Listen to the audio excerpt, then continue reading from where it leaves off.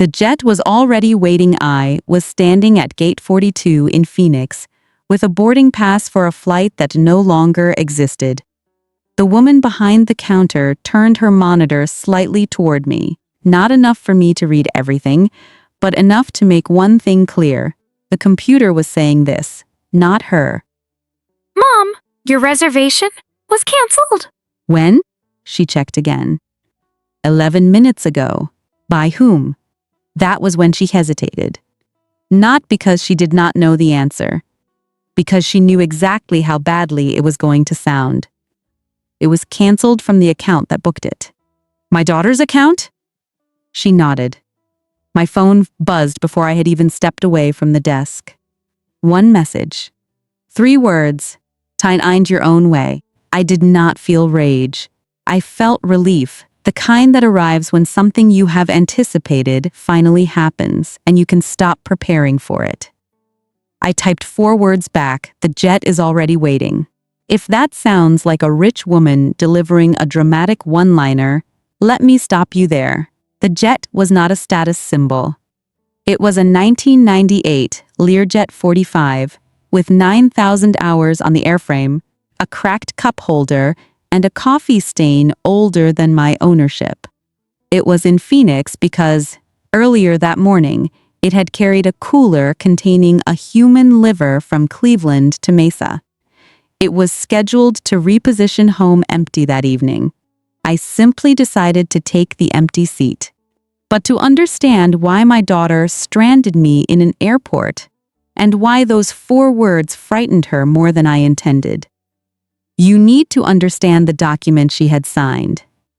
My name is Catherine Larkin. Nobody has called me Catherine since my mother died.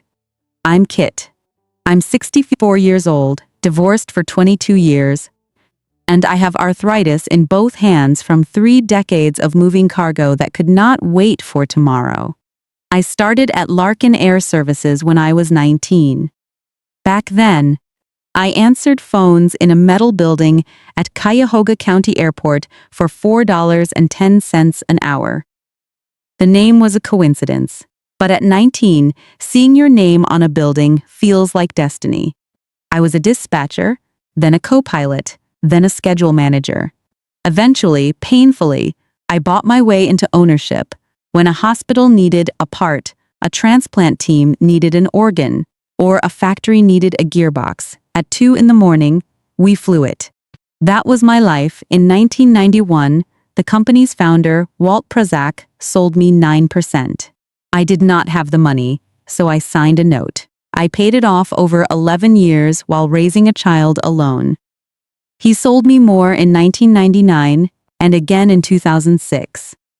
When he died, his widow sold me the rest of what she held because she trusted me. Today, I own 61% of Larkin Air Services, 4 turboprops, 2 light jets, 38 employees, and a hangar roof I have patched twice. Most of my wealth is tied up in that working company. A hungry machine. I know how ownership works. I have signed operating agreements, security agreements, and loan documents. I know what a pledge and a personal guarantee mean. The most dangerous document is often handed over after a pleasant dinner, when the coffee is cold and the pen is already uncapped. My daughter Vanessa is 36. I missed things while raising her. A 4th grade recital for a hospital emergency, and her 16th birthday dinner because an aircraft was stuck with a hydraulic leak. She once slept on 2 chairs in my dispatch office. I still have a photograph of her at 7, wearing a Cleveland Browns sweatshirt with a clipboard on her chest. She has asked me twice to take it down. I never did. Somewhere in her 20s, Vanessa decided that the place she came from was something to be managed, rather than something to be proud of. She stopped saying, "My mother runs an air cargo company." She started saying, "My family is in aviation."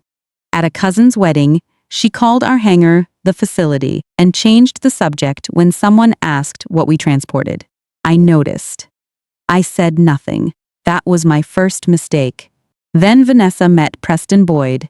Preston was 41, charming, confident, and permanently involved in something he described as a legacy asset strategy. His family had real money and a famous name. Preston himself had a series of businesses whose names changed every few years.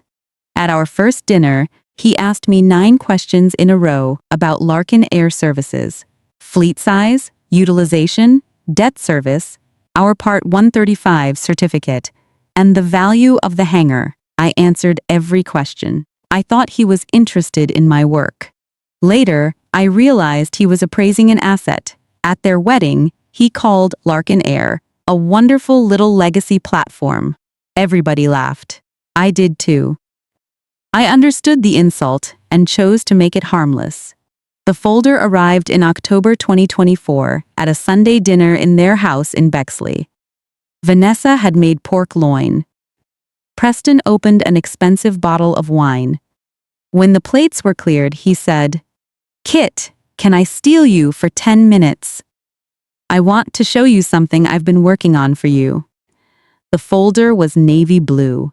His initials were embossed on the corner. Inside was a document called a gift and contribution agreement. The simple version was this: 30% of my company would be transferred into a new entity called Boyd Larkin Legacy Holdings, LLC. Preston would be the managing member, not simply a partner, not just a co-owner. The person who made the decisions. He repeated, estate planning, tax efficiency, and protecting Vanessa. Then he said, "You've built something real, Kit." The tragedy would be watching the IRS take half of it because nobody handled the paperwork in time. Everything he said about estate taxes was broadly true. That was what made it dangerous. A lie built from true statements is difficult to recognize when you are tired and someone you love is nearby. I did not assign. I said, "I'll have my attorney look at it." For a fraction of a second, Preston's face changed. Not anger, something colder, recalculation. My attorney, Amara Osei, has represented me since 2013. She reads legal documents the way I read cargo manifests, looking for the line that causes the disaster. She called me 2 days later. "Kit, are you sitting down?" "I'm in the hangar." "Then lean on something." She told me 3 things. First, the agreement was not a gift to Vanessa. The new LLC would own the 30% and Preston would control it. Second, page 9 allowed him to pledge the LLC's assets as collateral without consent. In plain English, he could borrow against the company interest he wanted me to transfer. Third, the document had been drafted 7 months before he showed it to me. He had not suddenly discovered an estate planning opportunity. He had been waiting for the right dinner. I still did not confront him. I said, "Amara has questions, and I'm not comfortable with page 9. For 22 months, the pressure changed shape. Vanessa told me Preston was hurt that I did not trust him. At Easter, she said, "You know you're going to die someday? I'm going to be the one cleaning it up." Then the Sunday calls stopped. I learned about my grandson's birthday party from a photograph. Nobody usually breaks you with one large act. They lower the temperature 1 degree at a time. You adjust, call it patience, and one day realize you are wearing a coat inside your daughter's house. In March, Vanessa invited me to a 5-year anniversary celebration at a Scottsdale resort. 4 days, 70 guests, and a vow renewal. She called me herself. Her voice was warm for the first time in months. "Mom, let me handle your travel." I should have flown my own airplane. I told her no.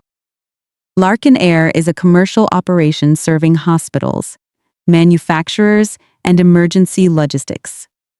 I do not take company aircraft on personal trips. There was another reason. If I arrived in the Learjet, Vanessa would have been impressed. I wanted to be her mother, not a spectacle. So I flew commercial, in coach. From Cleveland to Phoenix, when I arrived, Vanessa hugged me for 3 full seconds. Beneath a bronze heron fountain, I thought, maybe we are going to be okay. Thursday was fine. Friday was the rehearsal dinner. I was seated beside a man from Dallas who worked in commercial real estate. He asked what I did, and I gave him the answer I always give. I own an air freight company in Cleveland. We mostly transport medical cargo, organs, blood products, machine parts. His face changed. Wait, You fly transplant organs? I told him about the 4-hour window for a heart. He put his fork down. At the other end of the table, Vanessa had gone pale. 40 minutes later, she found me near the ice buckets, smiling for the benefit of the room. Can you not do the organ thing? She whispered. The organ thing? Everybody here works in finance. You make it sound like a television show. It's what I do. It's what you did, she said. There's a difference. She had buried me in the past tense while standing 4 feet away. The next evening, Preston found me on the terrace with another folder. It was the same agreement in new formatting. Administrative member had replaced managing member. It sounded softer and meant the same thing. I opened to page 9. Preston, I said, this still allows you to borrow against my company. He smiled. You're making this adversarial. No, I'm reading it. Vanessa is going to be devastated. That was not a legal argument. It was a lever. I closed the folder and gave it back. Stop bringing me this document. He did not argue. That told me everything. The next afternoon, I arrived at the airport and discovered my flight had been canceled 11 minutes earlier. Vanessa answered my call with pool water and laughter in the background. Vanessa, my flight was canceled from your account. I know. Why? Because Preston spent 2 years trying to help you, and you humiliated him at his own party. Find your own way home, Mom. Maybe then you'll understand what it feels like when someone leaves you stranded. I asked one question. Did you sign something? There was silence. 4 seconds of pool noise. Vanessa, did you sign something for Preston? I'm not doing this. She hung up 90 seconds later. The text arrived, "Sign your own way." That was when I laughed. Not because anything was funny. Because 22 months of suspicion had finally become a fact. I called Dolores Kaminsky, our operations director. She has known where every Larkin Air aircraft was for more than 30 years. Dolores, where's 447? Phoenix Sky Harbor. Mesa Liver run this morning. The crew is resting. It repositions empty at 8. Put me on the manifest. There was a pause, then she said, finally. The Learjet was already going to Cleveland empty, so I rode in the back at no extra cost. During those 4 hours, I wrote down everything I knew. The family story became a business pattern I had seen for 30 years. Someone wanted an asset, the owner refused, and the would-be owner began acting as if the transfer had already happened. 3 days later, Dolores called me in the hangar. Kit, you need to sit down somewhere that isn't an airplane. 7 months earlier, Boyd Larkin Legacy Holdings had taken out a $2.4 million revolving credit facility from a private lender in Chicago. The collateral listed in the filing was a 30% membership interest in Larkin Air Services. Preston had pledged 30% of my company before I had ever signed the agreement. Then Amara found the personal guarantee. Vanessa had signed it on September 11th, unlimited. Joint and several, my son-in-law had borrowed $2.4 million against something he did not own. And when the loan collapsed, the lender would not go after a family office with almost no money in it. They would go after the person with a real name, a real signature, and a real house. My daughter. The reason my flight had been canceled was not the rehearsal dinner. It was not the organ story. Preston needed my signature before the loan's documentation deadline. He needed me exhausted, isolated, and emotionally cornered. Vanessa had not protected her husband. She had been used to pressure me into signing away my company, and had signed herself into the debt while doing it. I did not confront them in Arizona. I did the boring thing.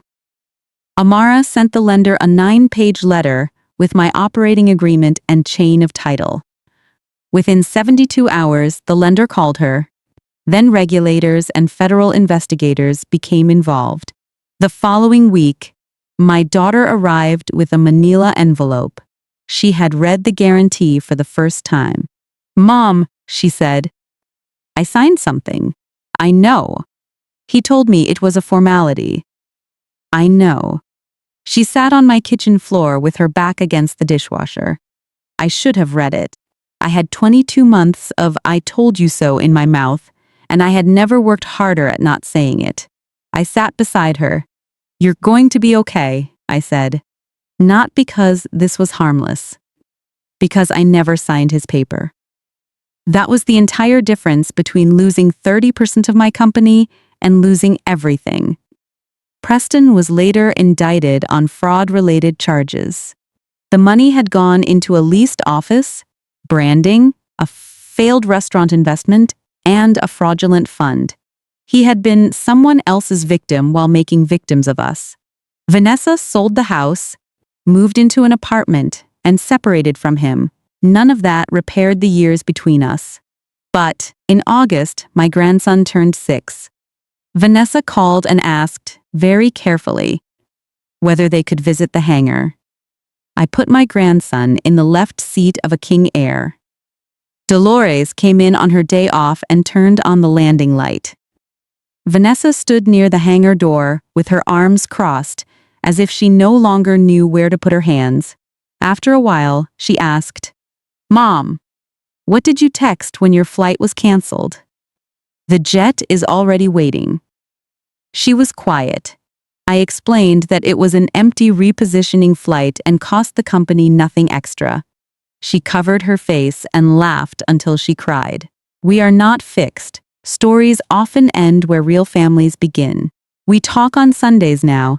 That is not everything, but it is not nothing. The useful lesson is this.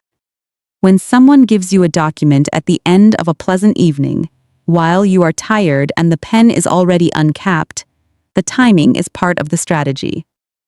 A personal guarantee is not a formality. It is a promise to repay someone else's debt, possibly with your own home. Read every page and take it to an independent attorney. Do not let love or embarrassment replace judgment. My daughter's marriage cost her a house. It would have cost her everything if her mother had not read page 9. So tell me, if you were in Vanessa's place, would you have signed to keep peace? I understand why she did. She was tired, she loved him, the coffee was cold, and the pen was already uncapped. That is exactly when you stop, close the folder, and take it home. I'm Kit Larkin, and before you sign anything, check the filing.